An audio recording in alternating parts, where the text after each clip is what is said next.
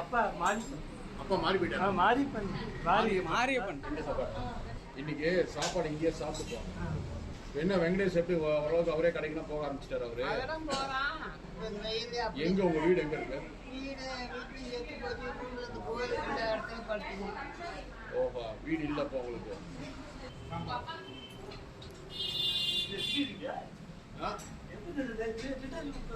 நீ கிண்டலாம் வேணாம், அப்பாட்ட கூட அவர்கிட்டயே பாரு.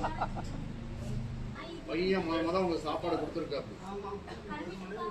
இந்த மாதிரி சாப்பாடு கொடுத்துருக்காப்பியா?